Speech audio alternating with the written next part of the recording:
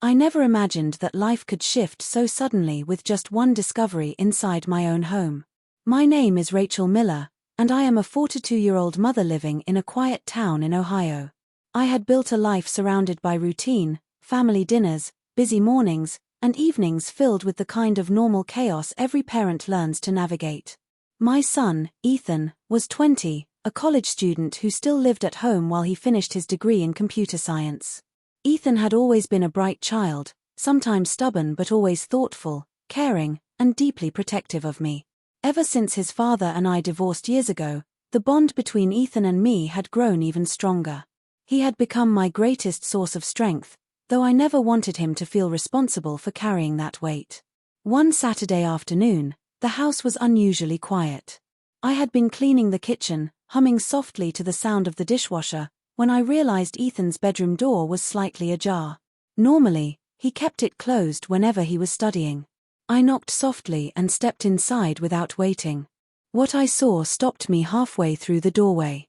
Ethan wasn't doing anything wrong in a criminal sense, but he was clearly stressed, pacing the room with his laptop open, piles of notes scattered everywhere. He was talking to himself, muttering about deadlines and grades, his hair disheveled as though he had been running his hands through it for hours. "Ethan," I said gently, my voice breaking the silence. He spun around, eyes wide, clearly startled.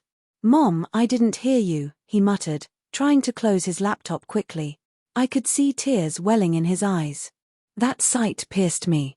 My son, who had always tried to appear strong and collected, was crumbling under the pressure he had been hiding. "What's going on?" I asked, stepping closer. He hesitated before finally admitting the truth. He was on the verge of failing one of his core classes. The weight of disappointment he carried was crushing him, and he didn't want me to know. He had always believed he needed to be perfect for me, to make up for the absence of his father. I felt my heart ache. "Ethan, listen to me. You don't have to be perfect. You don't have to hide from me. I'm your mother, I'm here to help you, not judge you." He broke down then, tears streaming down his face as he confessed how scared he was of letting me down. I wrapped my arms around him, holding him tightly the way I had when he was a little boy who scraped his knee. From that day forward, our relationship took on a new depth, not in any inappropriate or strange way, but in the way life does when two people rediscover honesty. We began to study together in the evenings. I made coffee late at night as he worked on projects, sitting by his side so he didn't feel alone. Slowly, he started to open up more, not just about school, but about his dreams, fears, and the pressures of adulthood. There was a particular night that I'll never forget. It was past midnight, and the two of us were at the kitchen table surrounded by notebooks, highlighters, and the faint smell of coffee. Ethan looked up from his work and smiled at me, tired but grateful. "You know, Mom," he said softly, "I never realized how much I needed this, just, you here." Tears filled my eyes. And I never realized how much I needed to hear that. The truth is, sometimes the people we love hide their battles, and sometimes we catch them halfway through stress, halfway through giving up, halfway through something they think they can't overcome. And in those moments, what they need isn't judgment, but presence. Months passed, and Ethan eventually passed his class.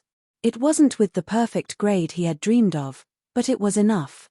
More importantly, he learned he didn't have to carry everything alone.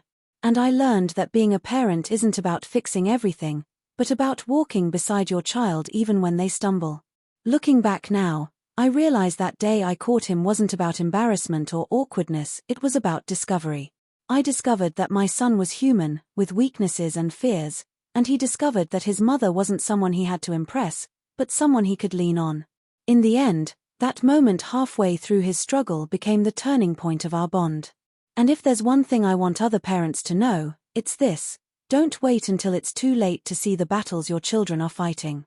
Sometimes all it takes is stepping into the room, asking one gentle question, and being willing to listen.